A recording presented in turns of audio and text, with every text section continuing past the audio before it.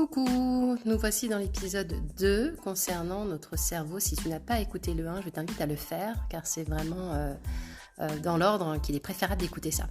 Même si je ne suis pas trop pour faire les choses selon un cadre bien défini, là ce sera mieux pour ta compréhension.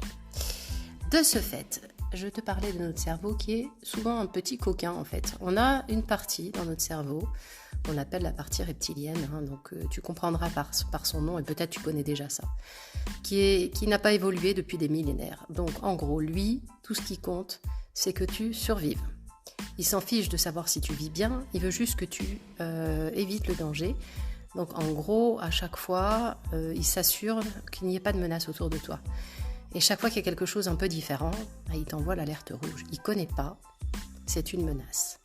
Donc il y a une partie rassurance là-dedans, c'est de dire, du coup j'ai un cerveau, donc forcément il me pousse à ça, c'est pas moi le problème, c'est mon cerveau.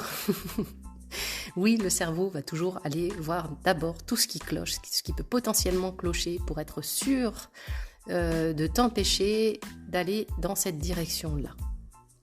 Donc, la différence, en fait, entre quelqu'un qui a de l'audace, qui ose, et quelqu'un qui ne le fait pas, c'est simplement le fait de commencer à reprogrammer son cerveau par de nouveaux apprentissages. Je te parlais des connexions neuronales dans l'épisode 1.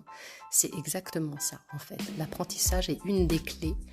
Il fait que tu crées de nouvelles connexions neuronales et que petit à petit, par l'entraînement, retiens bien ces mots, eh bien, tu vas changer, transformer, reprogrammer ton cerveau et reprogrammer du coup tes réactions en automatique pour la suite. Alors, tu vas me dire, oui, est-ce que c'est aussi simple ? Non, mais déjà, de le comprendre, et par les neurosciences, on le sait maintenant qu'il est possible de reprogrammer son cerveau.